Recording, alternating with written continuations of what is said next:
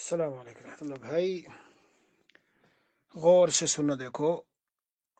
یہ بچوں کو بار بار بہت زیادہ ڈانٹ پیٹ اگر کرو گے تو یہ پہلی بات تو سرکش ہو جائیں گے، قابو سے باہر نکل جائیں گے، اور کچھ دنوں کے بعد وہ اندر اندر ایسے جھلس جائیں گے کہ آپ کی باتیں سننا ہی بالکل ختم کر دیں گے. اصل میں پہلے خود آدمی کی تربیت ہو تو پھر اسے تربیت کرنا آتا ہے. اب بچے تو بن ہو گئے ماشاءاللہ جی، اللہ تعالیٰ نے نعمت دے دی، لیکن تھوڑا ان کو صحیح سے لے کے چلنے کا وہ سیکھو. میری ایک خاص بات یاد رکھیے پہلے تو، کہ جب کوئی بات پیش آئے تو تیش میں اور جوش میں اور غصے میں آ کے ڈانٹ ڈپٹ نہ شروع کیجیے. اطمینان سے پہلے اس کو سمجھیے، دیکھیے کہ کس درجے کی چیز ہے. آپ تو بزرگوں سے تعلق رکھتے ہیں، مشائخ کے پاس اٹھتے بیٹھتے رہے. اب یہ بچے ابھی جوان ہوئے ہیں اور انہوں نے دین پڑھا، بھائی یہی سوچیں کہ چلو شراب نہیں پی رہے ہیں، زنا نہیں کر رہے ہیں، ڈاکہ نہیں ڈال رہے ہیں، کسی کو قتل نہیں کر رہے ہیں، اور اب آپ یہ چاہیں کہ بالکل اے ٹو زیڈ یہ آپ کے اصولوں پر آ جائیں، اور تہجد بھی ہو اور اشراق و بابین بھی ہو اور ان کی تسبیحات بھی ہو، اور یہ جو کچھ تھوڑا بہت کھیل کود کرتے ہیں وہ بھی ناگوار لگنے لگے آپ کو، تو مشکل ہو جائے گا. ہاں، یعنی اصولی بات ذہن میں رکھیے کہ آج کے دور میں بالخصوص بتا رہا ہوں، خاص طور پر آج کل نرمی سے جتنے معاملات حل ہو جائیں گے بچوں کے، سختی سے نہیں ہوں گے. جی ہاں، ان کا نیٹ پر لگنا، ان کا یہ سیل فون میں کھیلنا، ان کا دیر دیر تک سوئے رہنا، دوستوں میں اٹھنا بیٹھنا، یہ سب باتیں بے شک ناپسندیدہ ہیں، لیکن جب اس طرح کی باتیں یہ کرے اور پیش آئے تو ذرا وہ کڑھن اپنی اللہ کے سامنے بھی تو پیش کر لو. اللہ کے سامنے آہو زاری کرو، رو، وہ سنتا ہے. اللہ عز و جل کے یہاں کی بارگاہ میں سنوائی ہوتی ہے بھائی، اور وہاں سے فیصلے ہوتے ہیں. دیر سویر کبھی اللہ کی مشیت اور یہی ہے، اور فیصلہ یہی ہے، اور آپ کی مصلحت اس میں ہے کہ آپ مانگو دعا، مانگو مانگو. ایسی کچھ ناگوار باتیں اولاد کی طرف سے من جانب اللہ آپ کے لیے پیش کرائی گئی، کیونکہ ہر چیز اللہ کی طرف سے ہوتی ہے. امام غزالی رحمۃ اللہ علیہ نے، میں نے جب غصے کا علاج ایک جگہ بتایا تو اس میں بتایا تھا کہ بھائی، حضرت امام غزالی رحمۃ اللہ علیہ نے بڑی قیمتی بات لکھی ہے، بہت ہی اعلیٰ درجے کی بات ہے. اور وہ کیا ہے کہ جب غصہ آپ کو آئے اور غصہ آنے کے بعد آپ چاہیں کہ اس پر، اس کے تقاضے پر عمل کرو، تو تھوڑا سا سوچو، سامنے جو واقعہ پیش آیا، جو نامناسب حرکت کسی نے کر دی، جو ناگوار بات پیش آئی ہے، یہ اللہ کی مشیت سے اور فیصلے سے آئی، اللہ کی قضا سے آئی، یہ اپنے آپ آئی. اگر اللہ کی قضا سے آئی تو رضا بالقضا، اللہ کے فیصلے پہ راضی رہنا چاہیے. ناراض تو پھر تیڑ پھیڑ ہو کے آگ ببولا کیوں ہو رہے ہو. سوال تو کیا نامناسب بات پہ غصہ نہ آئے؟ جواب غصہ آئے، لیکن آپ اندر اندر غصہ آنے کے بعد جب کڑھیں گے اور درد دل میں محسوس کریں گے، اور پھر اللہ کی بارگاہ میں اس کو رکھیں گے، اور اس درد و کڑھن سے آنکھوں سے آنسو نکال کر اللہ سے مانگیں گے اولاد کے لیے، اور پھر جب غصہ اتر جائے تو اس غصے کے مطابق اب حضرت تھانوی فرماتے ہیں قدس سرہ، جب غصہ اتر جائے تو دیکھو کتنی سزا دینی ہے اور کیا کرنا ہے، اب صحیح فیصلہ ہوگا. حالت غصہ میں مغلوب الغضب ہو کر آدمی اور عقل کو کھو بیٹھتا ہے. تو آپ نے ان کو ڈنڈا مار دیا، یا کوئی ایسی تلخ کڑوی بات کہہ دی، یا کوئی ایسا جملہ نکل گیا تو بھاری ہو جائے گی. وہ ایک واقعہ غالباً حیدرآباد کا تھا، ہردوئی رحمۃ اللہ علیہ بیان کیا کرتے تھے. ماں کی زبان سے نکل گیا تھا، ایک بچی تھی، اس کا نکاح ہونے میں وہ ہو رہا تھا، جو رشتے کے لیے لوگ آتے تو ڈیمانڈ کرتے تھے. ایک جگہ سے آئے تو ڈیمانڈ کر دی کہ بھائی یہ چاہیے یہ چاہیے، دوسری جگہ سے آئے تو کہ اور یہ چاہیے یہ چاہیے، مطلب بڑھتی گئی ڈیمانڈ. تو ماں امی کی زبان سے صرف یہ نکل گیا، تو ہی ایک ایسی منحوس بچی ہے کہ لوگ آ رہے ہیں اور اپنے ڈیمانڈ اور وہ تقاضے اس کے جو جہیز وغیرہ ہوتا ہے بڑھاتے ہی جا رہے ہیں. بھائی یہ دیکھ لو، جملہ تھا جملہ. اس بچی کا دل پیسہ لگا کہ رات کو جب وہ اندر لیٹی تو کنڈا بند کر کے، دروازہ بند کر کے، اور جو زہر وہر وہاں رکھا ہوگا، چوہوں کا، کھٹملوں کا یا کیا، اسے گھول کے پی لیا، اور پرچی ایک لکھ دی، جب میں اتنی ہی منحوس ہوں تو پھر میرے وجود کا کیا حاصل. اور صبح کو جب نکلی تو مردہ پڑی ہوئی تھی، دروازہ توڑ تاڑ کے اس کو نکالا. اس لیے میرے بھائی، بچوں کی تربیت کا معاملہ بہت نازک ہے، اسے آپ ہلکا نہ سمجھیں، بہت بڑا معاملہ ہے یہ. اللہ کے سامنے روئیے، اور خاص طور سے میں نے ایک دن پہلے بھی بتایا تھا کہ ہر نماز کے بعد یہ حضرت مولانا الیاس رحمۃ اللہ علیہ کا خاندان کاندھلوی جی ان سے یہ منقول ہے، اور ہزاروں لاکھوں کو اس سے فائدہ ہوا ہے، یہ لکھا ہوا میں نے ایک جگہ دیکھا، ربنا هب لنا من ازواجنا وذرياتنا قرة اعین واجعلنا للمتقین اماما۔ ہاں، خالی غصہ ہو گئے، تیڑ پھیڑ کر دی، دو چار جملے کہہ دیے، کبھی ایک دو ڈنڈی اٹھا کر کے مار دی، یہ اس سے مسئلہ حل نہیں ہوگا۔ آپ دیکھیں گے کہ بچے سرکش ہو جائیں گے اور عنادی ضدی ہو جائیں گے، اور اگر ان کا بس چلا تو ایک دن گھر چھوڑ کے چلے بھی جائیں گے، ہاں گھر چھوڑ کے چلے جائیں گے، اور آپ پھر تڑپتے رہیں گے، ماں بھی تڑپتی رہے گی اور آپ بھی تڑپتے رہیں گے، اور کبھی آپ کی زبان سے ایسا جملہ غصے میں نکل جائے گا۔ اس لیے غصہ تو خود اصل میں بہت خطرناک چیز ہے، ہاں اس پر اگر کنٹرول کرنے کی عادت نہ ہو تو خیر۔ بس ایک بات تو میری ایک نصیحت تو یہ یاد رکھ لیجیے آپ کو جو مجھے کہنی ہے، کہ بچوں کی طرف سے ناگوار بات پیش آئے اور آپ کو غصہ آئے، دیکھو آنا چاہیے، یہ پہلے میں کہہ دوں، نامناسب بات پہ غصہ نہ آئے اور گھر میں کہنا سننا ہی بند ہو جائے، کوئی روک ٹوک نہ ہو کسی طرح کی، تو یوں تو وہ شر اور خیر سارا مکس ہو جائے گا، بھلائی اور برائی ساری مکس ہو جائے گی، بچوں کو کیا پتہ چلے گا، بچے کیسے سمجھیں گے؟ کسی کے ذہن میں نہ آئے کہ میں یہ کہہ رہا ہوں کہ روک ٹوک نہ کرے، آپ یہ نہ سمجھیے میری بات سے، نہیں، میں تو یہ کہہ رہا ہوں کہ جب غصہ آئے تو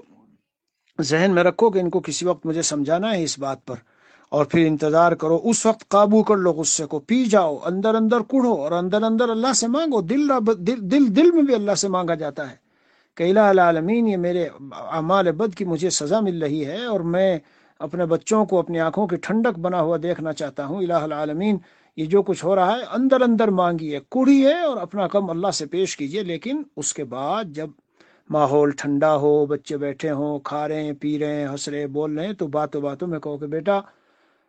فلاں دن تم نے یہ کیا، مجھے احساس بہت ہوا، لیکن بہرحال میں کچھ کہوں تو تمہیں ناگوار لگتا ہے، دیکھو غور سے سنو، یہ بتاؤ سیل فون میں جو تم اس طرح وقت ضائع کرتے ہو، کتنا کتنا وقت جا رہا ہے اس میں، تمہاری جوانی کا وقت ہے، صحت کا وقت ہے، فراغت کا وقت ہے، تم ہیرے بن سکتے ہو، اللہ نے تمہیں اتنی صلاحیت دی ہے، اتنی فہم اور سمجھ دی ہے، اور میں تمہارے لیے تم اتنا یعنی معاش کی لائن سے تمہیں فارغ کیا ہے، فکروں کی لائن سے تمہیں فارغ کیا ہے، بے فکر ہو، اور ہر طرح سے ماشاءاللہ آسانی اللہ نے عطا فرمائی ہے، تو کم از کم اتنا تو کر لو، قرآن کی روزانہ پابندی رکھو، نمازوں کی باجماعت مسجد میں پابندی رکھو، اور اللہ تعالیٰ ہی کے احسانات تلے تو ہم سب دبے ہیں، اسی کا دیا ہوا کھانا پینا رہنا سہنا، اچھی زندگی اور معاشرے میں عزت، تو گناہ کر کے اللہ کو نافرمان کرنا، نظر کہیں پڑ گئی نیٹ میں نہیں کہہ رہا ہوں کہ تم دیکھتے ہو غلط سلط چیزیں ہیں، لیکن کم از کم رکھو، کم سے کم کرو اسے، مختصر سے، جب ماحول ٹھنڈا ہو اس طرح سے ایک درد سے آپ سمجھائیں گے نا، تو ان کے دل میں بات بیٹھے گی کہ ہاں واقعی میرے والد میری بھلائی کے لیے سب باتیں بول رہے ہیں۔ دوسروں کے سامنے چلا سی کوئی بات ہوئی، اب آپ آگ ببولا ہو کر وہیں ان کو ڈانٹ ڈپٹ شروع کر دی، وہیں سب کچھ کہنا شروع کر دیا، وہ ایک ایسا اثر آپ کی طرف سے لیں گے طبیعت میں کہ ہمارے ابا کو ہم سے کچھ عناد و دشمنی ہے کیا، ہمارے ابا ہم کو ذلیل و رسوا کیوں کرتے ہیں سب کے سامنے، ہاں۔ اور پھر یہ بھی ذہن میں رکھیے کہ درجات ہوتے ہیں چیزوں کے، ایک مستحبات ہیں، ایک مکروہات ہے، ایک محرمات ہے، حرام ہے، ایک ترک فرائض ہے، ایک ترک واجب ہے، ایک ترک سنت ہے، تو چھوٹی چھوٹی باتوں پر کبھی ابا کو بچوں کو، کبھی ان کی امی کو، کبھی کسی کو، کبھی کسی کو، اگر یہ طرز اگر رہا گھر میں، مزہ بگڑ جائے گا، گھر کی رونق اور گھر کی خوشی پھیکی پڑ جائے گی، اس لیے اس سے بچیے۔ بس خاص میری اہم بات یاد رکھیے، اللہ سے دعا مانگنا ہے، ربنا هب لنا من ازواجنا وذریاتنا قرۃ اعین، ربنا هب لنا، اے اللہ ہمیں ہماری ازواج و ذریات سے، بیویوں اور بچوں سے اللہ آنکھوں کی ٹھنڈک دے دیجئے، اس کے شرح میں لکھا ہوا ہے کہ وہ دیندار بن جائیں تو آنکھیں ٹھنڈی ہوں گی،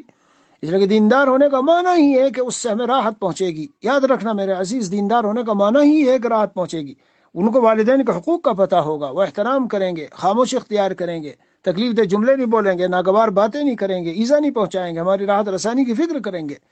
آج تو لوگ سمجھتے ہیں کہ بڑے بڑے ہم نے دیکھے ہیں ایسے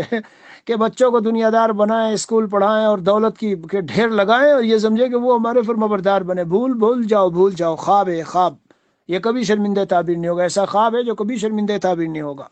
آپ نے ان کو دین نہیں سکھایا، کچھ نہیں بتایا، وہ کچھ جانتے نہیں۔ بہرحال اب لمبی تقریر نہیں کرنی، آپ کو صرف بتانا چاہتا ہوں کہ گھر کے ماحول کو ٹھیک کرو بھائی۔ بیاہ شادی کا موقع، غمی خوشی کے موقع، یہ سارے مواقع یہ بار بار نہیں آتے۔ ہاں، ہر موقع پر ذرا ذرا سی بات پر ڈانٹ ڈپٹ کر کے ماحول کو خراب کرنا یہ مزیداری نہیں ہے، اور اس سے گھر کا نقشہ بگڑ جاتا ہے، بچے بگڑ جاتے ہیں، اصلاح تربیت نہیں ہوتی اس طرح۔ روک ٹوک کرو کرو، سمجھ لیجئے آج ہمارے معاشرے میں کمی آ گئی کہ کہنا سننا بند ہو گیا۔ نہیں، کہنا سننا رکھیے، لیکن مثلا ابھی کوئی بات پیش آئی ہے اور ایک ان کے تقاضا ہے اور چاہت ہے تو اسے کہو اچھا بھائی ٹھیک ہے کوئی بات نہیں، چلو کرو۔ محرم حرام کے درجے کی چیز نہیں،